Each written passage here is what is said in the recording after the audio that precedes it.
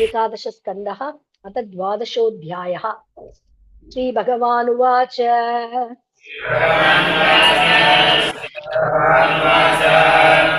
न रोदयति मां योगो न साङ्ख्यं धर्म एव च।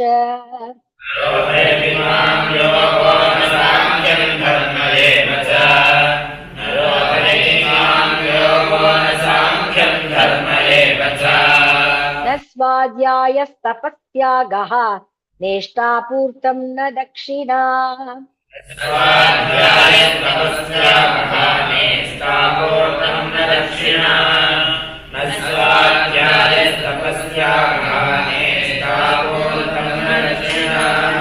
श्रीभगवानुवाच न रोदयति मां योगो न साङ्ख्यं धर्म एव च न स्वाध्यायस्तपस्त्यागः नेष्टापूर्तं न दक्षिणा। व्रतानि यज्ञश्छन्दांसि तीर्थानि नियमायमाः।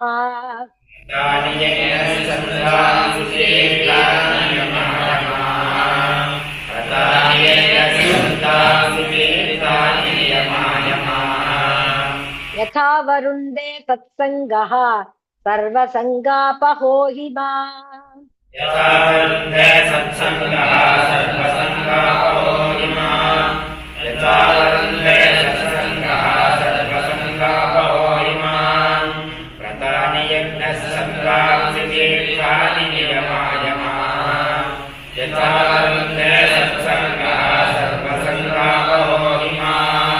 तत्सङ्गेन हि दैतेया यातु दाना मृगाः खगाः।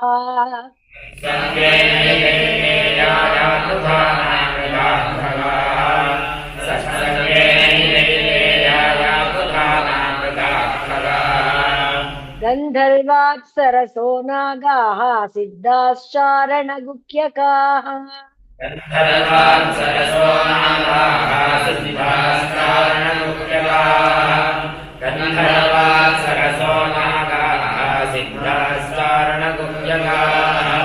सत्सङ्गेन हि दैतेया यातु दाना मृगाः खगाः। गन्धर्वाप्सरसो नागाः सिद्धाश्चारणगुह्यकाः।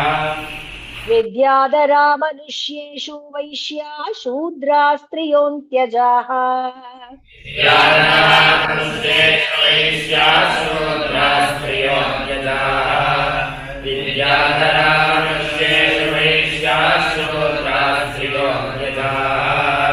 रजस्तमः प्रकृतयः तस्मिन् तस्मिन् युगे नघ।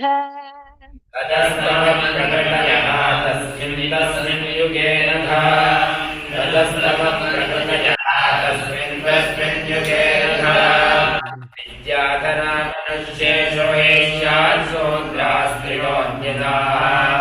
रजस्तमः प्रकृतयः तस्मिन् तस्मिन् युगे नघ।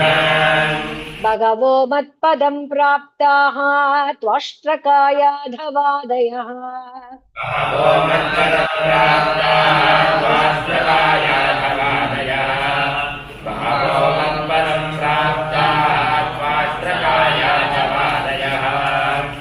वृषपर्वा बलर्वाणो मयश्चात विभीषणः।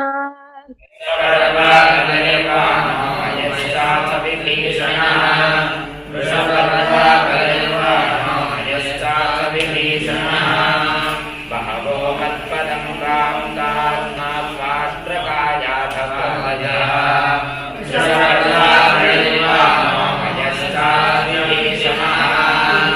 सुग्रीवो हनुमान् ऋक्षो गजो गृध्रो मणिपतः।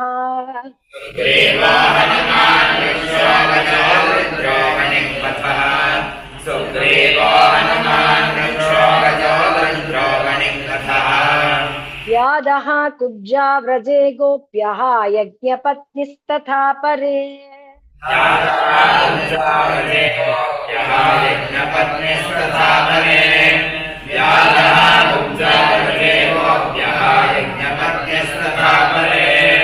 सुग्रीवो हनुमान् ऋक्षो गजो गृध्रो मणिपतः।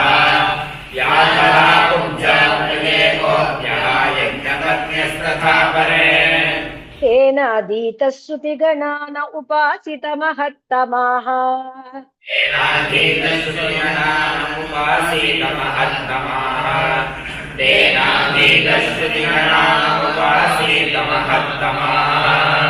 न उपासितमहत्तमाः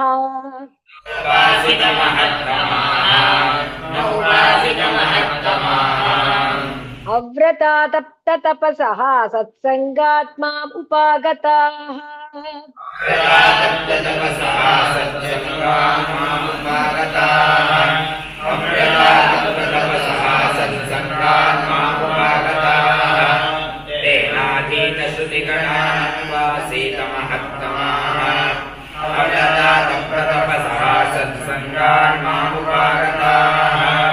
केवलेन हि भावेन गोप्यो गावो न गामृगाः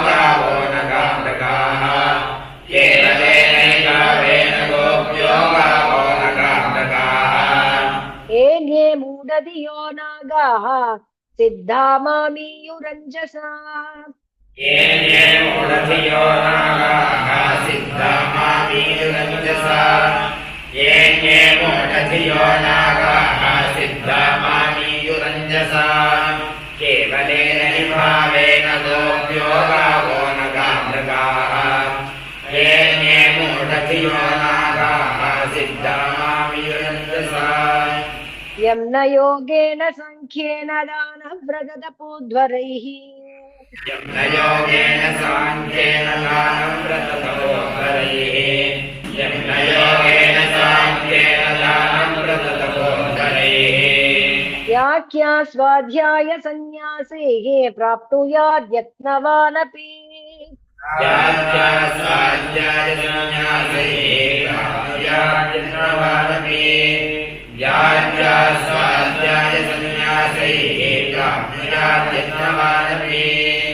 यं न योगेन साङ्ख्येन दानं व्रततपोधरैः याख्या स्वाध्याय संन्यासैः प्राप्नुयाद्यत्नवानपि रामेण सार्धं मथुरां प्रणीते रामेण सार्धं मथुरां प्रणीते रामेण सार्धं मथुरां प्रणीते श्वापल्किनामयि अनुरक्तचित्ताः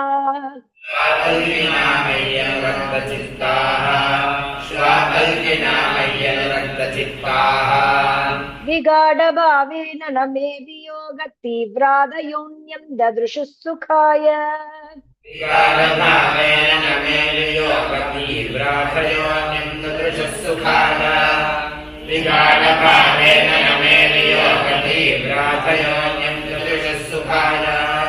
रामेण सार्धं मथुरां प्रणीते स्वाफल्किनामय्यनुरक्तचित्ताः विगाढभावेन न मे वियोगतीव्राथयोन्यं ददृशुः सुखाय तास्ताक्षपा प्रेष्टतमेन नीता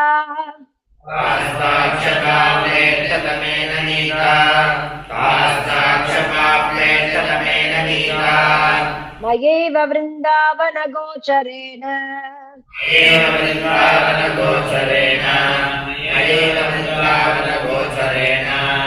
क्षणार्धवत्ताः पुनरङ्गतासाम्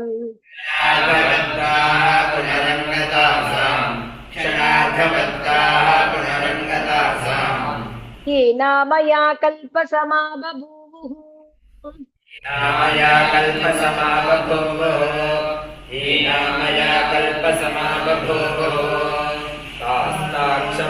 प्रेष्टतमेन नीता मयेन वृन्दावन गोचरेण शनार्धवत्ताः पुनरङ्गतासाम् हीना मया कल्पसमाबभूवुः तानाविदन्मय्यनुषङ्गबद्धधियस्त्वमात्मानमदस्थतेदम्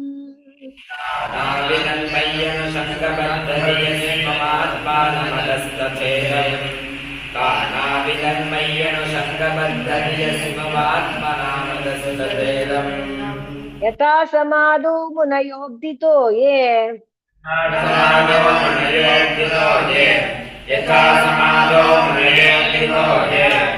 नद्यः प्रविष्टा इव नामरूपे प्रविष्टाय नामरूपे प्रविष्टाय नामरूपे कानाविलम्बयनुषङ्गपद्धतिमात्मानमदस्तथेदम् यथा समादो मुनयोऽखितो ये नामरूपे मत्कामारमणं जारं मत्स्वरूपविदो बलाः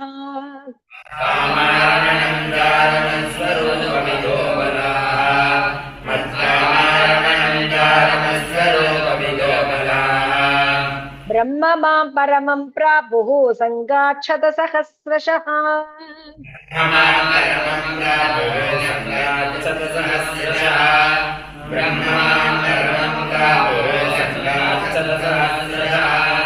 मत्कामारमणं जारमस्वरूपविदो बलाः ब्रह्ममां परमं प्रापुः संगाच्छत सहस्रशः तस्मात् त्वम् उद्धवोत्सृज्य चोदनां प्रतिचोदनाम्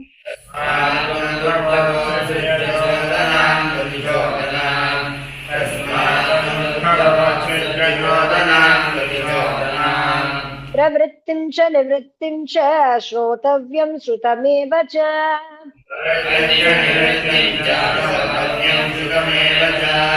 प्रवृत्तं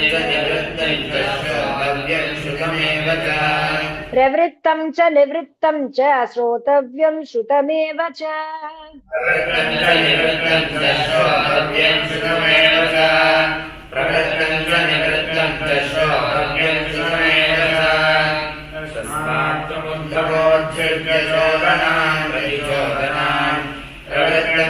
निवृत्तं च श्रोतव्यं श्रुतमेव च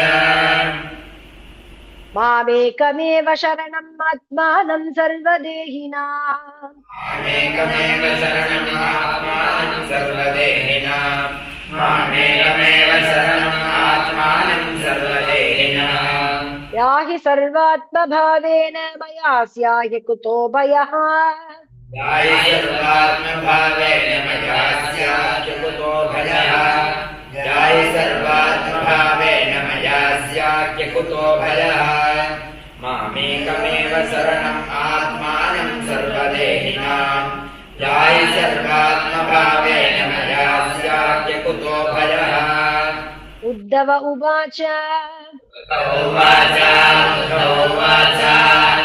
संशयः शृण्वतो वाचं तव योगेश्वरेश्वर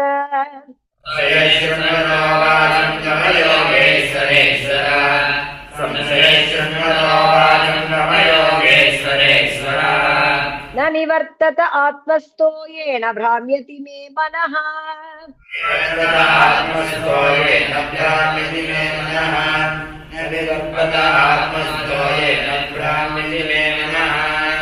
उद्धवोवाच संशयशृण्वतो वाचं तव योगेश्वरेश्वर न निवर्तत आत्मस्थो येन भ्राम्यति मे मनः श्री हरये नमः नमः